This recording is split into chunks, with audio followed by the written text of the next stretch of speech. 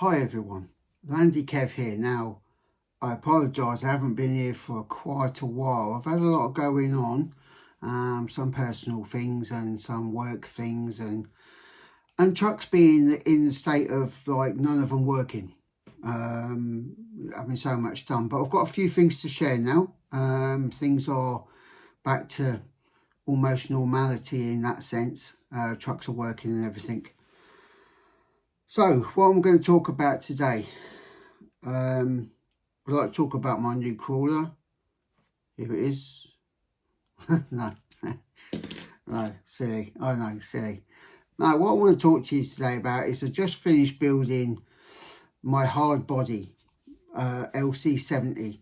And I just kind of wanted to go through that and what I built it onto and how I found it, everything, how it was, where I struggled and stuff like that. So what I'm going to do is I'm going to kind of point it down a little bit and see if we can find a common ground where you can see what I'm talking about. So bear with me. Let me just position you so we can try and find some common ground for you to see what I am talking about. Now, how much of that can you see? There you go. So this is it. This is the LC70 hard body by Killerbody. It's really nice actually. I have to say that it is great detail. Absolutely looks great out on the trail. It really does. What can I say about the build? Well, let's pop it off the body. So I'll move this out of the way and I'll just talk about the body itself. Then we'll talk about the chassis. So here it is. Hope you can see that well enough. So basically the bonnet doesn't open, the doors don't open. I kind of wanted them fixed because I had this vision of if I was rolling the truck down the hillside that the doors would open and it would rip them off, and you know, so I thought, you know what, to minimalise any of that kind of destruction, I would leave them shut. But I'm kind of glad I did. Now, inside the body, it comes in parts. So the bonnet is separate, the fenders are separate, your steps are separate, the doors are separate, the cab part is separate from the bed part, the glass or the perspex for your glass is a separate part, and then there's all the little attachments that go inside to kind of attach it together. And how did I find the build? Frustrating at times, I have to say. Some of the screws are very tiny and really quite awkward to get yourself in because you can't magnetise them, all of them, and therefore you try and get them in, they fall off, and then you've got to try and recover it, then you've got to try it again. So it seems like you got hold of it with one finger and on the screwdriver, but patience is the name of the game with this. Now, with as some of you might be aware, with some of my mental health issues, the concentration level for things can be a little bit sort of a struggle. So it's took me a long time to build this, because not only was I building this, I was also building the whole chassis, which I'll get to in a minute. But this in itself, yeah, gone for the green. I think the green looks great, and I did the bonnet black, matte black. I don't know, it just don't look so much when you look at it like this, in the sense you look at it, but when you look at it on the truck, it looks quite, it suits it. It does suit it, rather than it being a green bonnet as well. Now, I mean, no, we're not going to carbon wrap it, and we're not going to make it look like a car. that is of extreme horsepower, but you know, this is what it's like. As for the back, the tail bed can come down as well if you want. I went for it to be fixed. Again, the same reason as the doors and the bonnet. I didn't fancy it rolling and then catching and breaking, and it just becomes a nightmare to sort out. It does have lights, and it does have the mounts for you to put lights. So, you know, and same on the front. It does have them, and you can see the holes there for the lights to go into. I haven't sourced that yet. I have got some a complete set of Traxxas Sport light kit. I'm going to see what I can utilise out of that at some point, but it wasn't an urgency for today.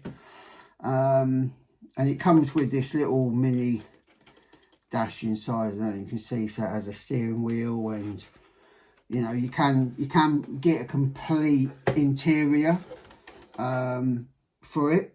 Works out, I think it's about £120, which is something I think I might get at a bit later date. But in the meantime, what I've added is this toolbox. Basically, this was done for me from Brian at Small and Sound. He printed this for me, so basically you could potentially put your battery in this, if that's the case, but my battery goes, I'll show you in a minute. But this does open, there you go. It does open for you to put stuff in. It's a bit stiff, I don't know what's happening there, I think I'm, but it does open and close. So if you wanted to have a battery in there and connect it, and you had the wires that came out through here, so you could just connect in, then yeah, it would be a functional thing out of the way and would give you more space on the chassis itself. But that's the body in its detail. Yeah, it is nice to build. Give yourself plenty of time. You know, don't try and rush it. One tip I would give you is where it says cement glue, use cement glue. Try not to use super glue.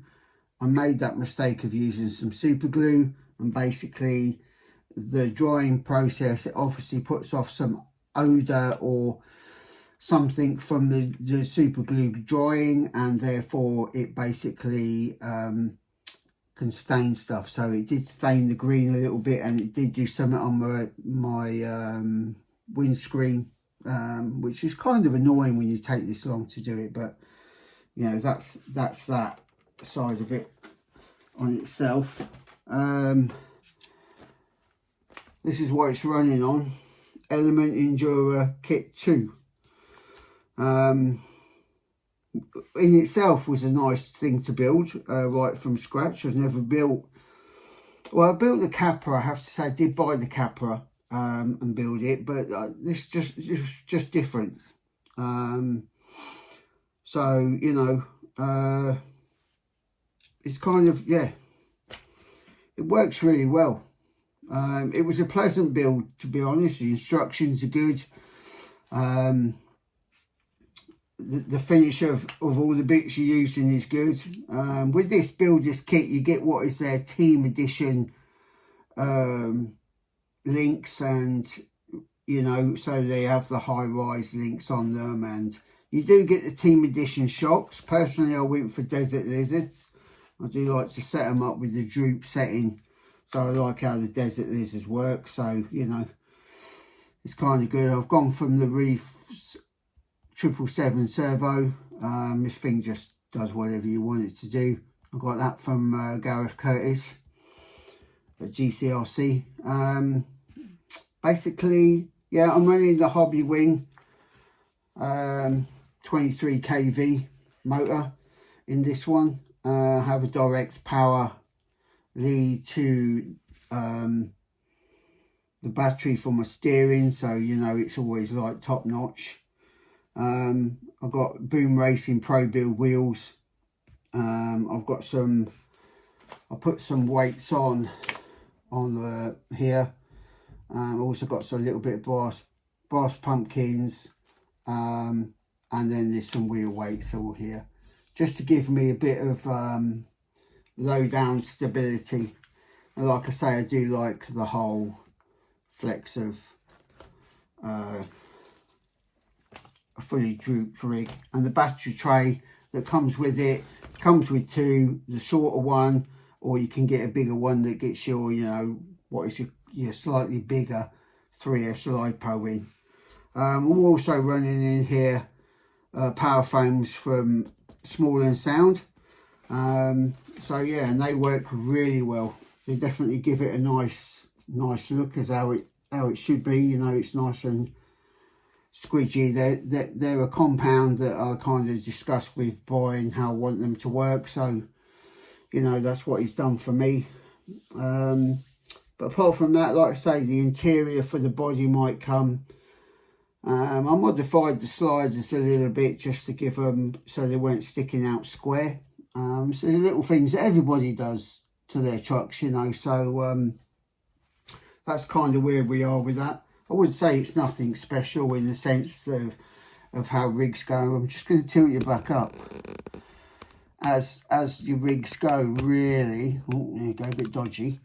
But yeah, overall, between the two of them, it's took me quite a while, because I just basically put the chassis together and put wheels on it so that I could actually then work out what wheelbase I wanted to do and how I wanted to mod the body. Did I want to cut some off here? Did I want to cut and shut the back so that I had a smaller bed? Did I want to leave it as it was? I've plumped for leaving it the length it comes, because I just think it's a trail rig. I'm not comping it. But also what came is these. So these are the Class 1 rails for Class 1 comp rig. I'm thinking of putting these on, and these are from GCRC as well, so, you know, big shout out to Gareth for that.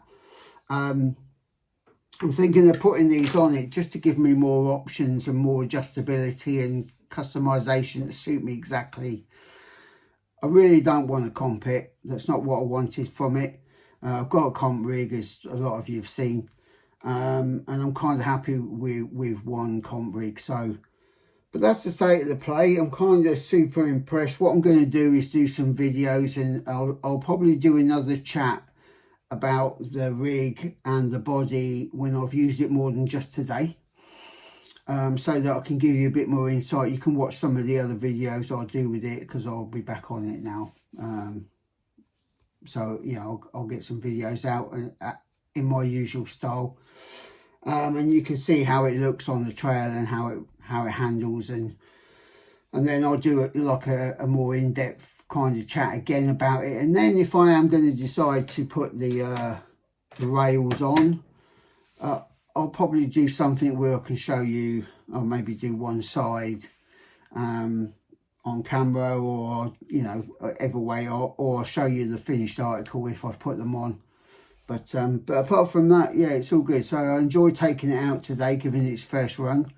Just had to do a few tweaks on the trail. We went to the Burke site today, so it was great to be there with the lads there. It's a fantastic place. You really should, you know, looking to go in. It's potential is brilliant.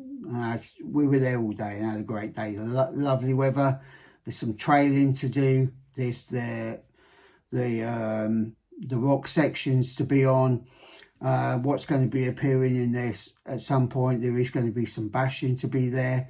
There is going to be a UDR rally track. There's going to be so many other bits and pieces. The woodland trail will probably get expanded on as time goes by. And so, yeah, take a look at it, you know, because it's going to be great. It's going to be great there. So I'm going to be going there quite a lot. So it's all good.